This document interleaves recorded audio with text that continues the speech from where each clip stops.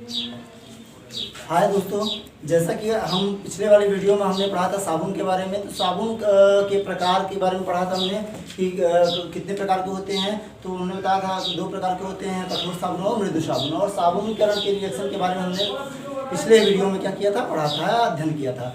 तो जैसा कि हम साबुन के गुण के बारे में अध्ययन करते हैं और साबुन में क्या क्या क्वालिटी होते हैं, गुण होते हैं, उनके बारे में हम अध्ययन करते हैं कि साबुन में जैसे इसमें बताया जाता है कि साबुन के गुण, जैसे साबुन के निम्नलिखित गुण होते हैं। अब निम्नलिखित गुण में जैसे बताया जाता है यहाँ पे कि साबुन खुरदुरा नहीं होना चाहिए। जो यूज किया जाता है साबुन आपका, वो खुरदुरा नहीं होना चाहिए। खुरदुरा होगा तो हमारे मांसपेशियों में रगड़ उत्पन्न करेगा, जिससे कि हानिकारक कुछ भी हमारे शरीर पे दरार बनेंगे। जैसा इसमें बताया जाता है साबुन में उपयुक्त क्षार नहीं होना चाहिए। उपयुक्त मतलब होता है अधिक क्षार नहीं होना चाहिए, अधिक क्षार नहीं होना चाहिए। ठीक उसी प्रकार जिसमें बताया गया साबुन चिकना व मुलायम होना चाहिए। साबुन जो हो चिकना होना चाहिए, वह मुलायम होना चाहिए। जैसे इसमें ये भी बताया जाता है कि साबुन में चटकन व दरार नहीं आना चाहिए, यानी कि साबुन जो होता है साबुन में दरारें नहीं उत्पन्न होनी चाहिए, यानी दरार युक्त साबुन अच्छा साबुन नहीं माना जा सकता। ठीक उसी प्रकार जैसे इसमें बताया साबुन चिकना व मुलायम होना चाहिए। जो साबुन चिकना व मुलायम होगा उसमें दरार उत्पन्न नहीं होगा। जो चिकना व मुलायम होगा, अर्थात इसमें ये भी बताया जाता है कि जो चिकना व मुलायम होता है वो बहुत जल्द ही घुलता भी है। ठीक उसी प्रकार जैसे इसमें बताया जाता है कि जिसमें क्षार की मात्रा कम होगी वो चिकना व मुलायम होगा। ठीक उसी प्रकार हम यहाँ देखते हैं साबुन में चटकन व दरार नहीं होना चाहिए। ठीक उसी प्रकार साबुन में सिलिका आदि की मात्रा नहीं होनी चाहिए। सिलिका आदि की मात्रा नहीं होनी चाहिए। जो साबुन में, कठोर साबुन में जो उपयोग किया जाता है, अनेक प्रकार के सिलिका, अन्य प्रकार के जो रेत वगैरह यूज किए जाते हैं, वो अधिक मात्रा में नहीं होनी चाहिए या वो बहुत कम मात्रा में उपयोग होना चाहिए। ठीक उसी प्रकार इसमें बताया गया है साबुन एल्कोहल में विलय होना चाहिए। जो साबुन होता है वो एल्कोहल मतलब शराब जो होता है उसमें क्या होना चाहिए, वो विलय होना चाहिए, उसमें घुलना चाहिए। ठीक जैसा अगले वाले में देखते हैं नंबर में, साबुन को धूप में रखने पर साबुन में दरार उत्पन्न नहीं होना चाहिए, दरार नहीं आना चाहिए। तो दोस्तों जैसा कि हमने यहाँ पे देखा कि साबुन के गुण में जैसे कि इन गुणों को अध्ययन करते हैं, तो जैसा आप देखते होंगे कि बहुत से साबुन होते हैं तो क्या प्रचार के समय में ये दिखाता है कि बहुत ही अच्छा साबुन है, लेकिन अगर उनको एल्कोहल में डुबोया जाए तो पता चल जाएगा कि वो एक अच्छे साबुन है, आदर्श साबुन है या नहीं है। उपयोग के आधार पर देखते हैं साबुन कितने प्रकार के होते हैं। अभी तक हमने देखा था कि साबुन 2 प्रकार के होते हैं, कठोर साबुन, मृदु साबुन। तो वो लवड़ों के आधार पर हमने देखा था, लेकिन यहाँ पे जो देख रहे हैं वो हम देख रहे हैं यहाँ पे उपयोग के आधार पर, यानी कि जो हम लोग दैनिक जीवन में उपयोग करते हैं, उपयोग के आधार पर साबुन कितने प्रकार के होते हैं, इनके बारे में हम यहाँ पे देखते हैं और अध्ययन करते हैं। देखिए उपयोग के आधार पर लगभग साबुन 4 प्रकार के होते हैं। जैसा इसमें बताया गया है कि पारदर्शी, इसको पारिभाषी भी साबुन बोलते हैं, अल्प पारदर्शी भी साबुन बोलते हैं। और दूसरा है औषधि साबुन, जो औषधि के रूप में यूज किया जाता है। तीसरा है सेविंग साबुन अर्थात दाढ़ी बनाने के रूप में यूज किया जाता है। और चौथा है द्रव साबुन, अर्थात ये इसको कहा जाता है तो जैसे बालों धुलने के लिए शैम्पू का यूज किया जाता है, इन सब चीज़ों में। तो पारदर्शी या पारभासी या अल्प पारदर्शी साबुन किसे कहते हैं, तो हम ये बताएंगे ऐसा साबुन जो अल्कोहल तथा ग्लिसरॉल से मिलकर बने होते हैं, जिसमें अल्कोहल की मात्रा अधिक होती है, और उसे हम क्या कहते हैं यहाँ पे पारदर्शी साबुन या पारभासी साबुन या अल्प पारदर्शी साबुन। अर्थात में ये साबुन जो होता है, पारभासी साबुन जो होता है, वो अल्कोहल तथा ग्लिसरॉल से मिलकर के बनता है और बनाया जाता है, जिसमें अल्कोहल की मात्रा क्या होती है, सबसे अधिक होती है। इसके अगर एग्जाम्पल देख लिए जाए तो एग्जाम्पल में क्या होंगे यहाँ पे, जैसे एग्जाम्पल में आप यहाँ पे देखेंगे तो आप पियर्स देख लीजिए। जो पियर्स साबुन होता है वो अल्प पारदर्शी होता है, अल्प पारभासी होता है। कहा जाता है कि अगर सूर्य की रोशनी में रख दिया जाए तो वो थोड़ा बहुत उसमें प्रकाश आर पार निकलता रहता है, इसीलिए उसे पारभासी या अल्प पारदर्शी या पारदर्शी साबुन कहा जाता है, ट्रांसपेरेंट साबुन जिसको बोला जाता है। तो दोस्तों हम यहाँ चल रहे हैं यहाँ पे औषधि साबुन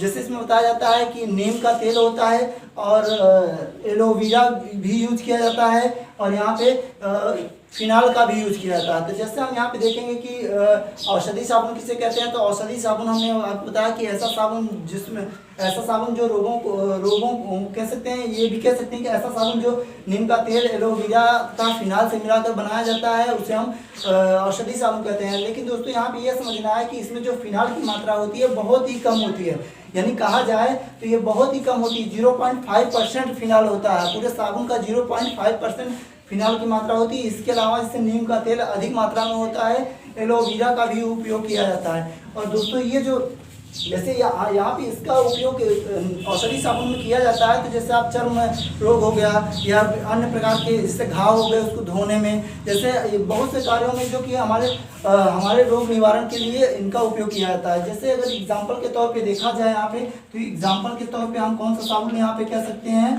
एग्जाम्पल के तौर पे हम कह सकते हैं नीम साबुन, मार्गो साबुन। ये जो साबुन होते हैं वो सभी साबुन औषधि साबुन होते हैं। इसके अलावा डिटॉल होते हैं, डिटॉल जो आपका आता है वो भी क्या होता है, औषधि साबुन के अंतर्गत आते हैं। तो दोस्तों हम चलते हैं सेविंग साबुन की ओर। सेविंग साबुन किसे कहते हैं इसके बारे में। तो दोस्तों अपने दैनिक जीवन में हमने देखा कि यहाँ पे कि रोगों से लड़ने के लिए और शरीर को साफ करने के लिए ये सभी चीज़ों के लिए साबुन हमने बनाया, लेकिन सेविंग साबुन का नाम बताया जाता है कि हमारे जो दाढ़ी होते हैं, दाढ़ी को बनाने के लिए उपयोग किया जाता है। लेकिन दोस्तों इसमें एक बात यह है कि सेविंग साबुन में गोंद का उपयोग किया जाता है, और गोंद का इसलिए उपयोग किया जाता है कि ये साबुन से उत्पन्न झाग को सूखने नहीं देता, इसीलिए इसका उपयोग किया जाता है। अन्यथा अगर दूसरे साबुन लगाएंगे तो लगाने के बाद हवा और प्रकाश में वो साबुन सूख जाते हैं, लेकिन यहाँ पे जो सेविंग साबुन होता है उसमें गोंद की मात्रा होने के कारण वो झाग उत्पन्न करता है और उस झाग को सूखने नहीं देता। तो ठीक उसी प्रकार यानी कि सेविंग साबुन किसे कहते हैं, तो सेविंग साबुन हम यहाँ पे देखेंगे कि वे साबुन या ऐसा साबुन जो ग्लिसरॉल तथा गोंद से मिलकर बनाए जाते हैं उसे हम सेविंग साबुन कहते हैं। इनका उपयोग आप जानते हैं कि दाढ़ी बनाने में किया जाता है।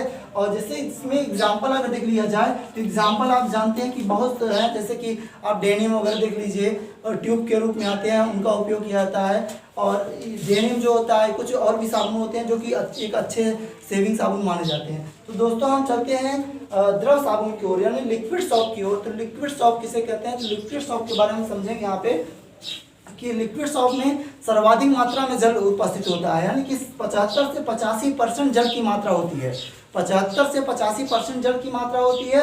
और इसमें ये बताया जाता है नारियल के तेल पर ये बनाया जाता है, नारियल या तिल के तेल पर ये बनाया जाता है। तो जैसे इसमें बताया जाता है कि जल की मात्रा 85% लगभग होती है, और कास्टिक सोडा पर नारियल के तेल को कास्टिक सोडा पर प्रवाहित करके इसको प्राप्त किया जाता है। तो कहा जा सकता है कि इसे द्रव साबुन किसे कहते हैं, तो हम ये भी कह सकते हैं कि ऐसा साबुन जिसमें जल की सर्वाधिक मात्रा होती है तथा नारियल के तेल को कास्टिक सोडा पर गिरा कर प्राप्त किया जाता है, उसे हम द्रव साबुन कहते हैं, लिक्विड सॉप कहते हैं। तो दोस्तों जैसा कि हम यहाँ पे साबुन के बारे में अध्ययन किए कि साबुन उपयोग के आधार पे इतने प्रकार के होते हैं, तो ठीक हम यहाँ पे जैसे आप देखते होंगे कि टेलीविज़न पे एडवाइस दिया जाता है, प्रचार दिया जाता है। उसमें कहता है कि ये साबुन बहुत अच्छा है, ये साबुन बहुत अच्छा है, उससे भी अच्छा है। ठीक, तो जैसा इसमें बताया जाता है कि पारदर्शी साबुन को हम बहुत अच्छा साबुन नहीं कह सकते, यानी कि यह जैसा दिखाया जाता है कि पियर्स एक ऐसा साबुन है कि बहुत ही अच्छा माना जाता है, और तो हम उसको पारदर्शी के आधार पे, पारभासी के आधार पे हम उसको नहीं मान सकते अच्छा। क्योंकि उसमें टीवी में जो प्रचार दिखाए जाते हैं वो भ्रामक प्रचार होते हैं, यानी भ्रमित करने वाले प्रचार होते हैं जो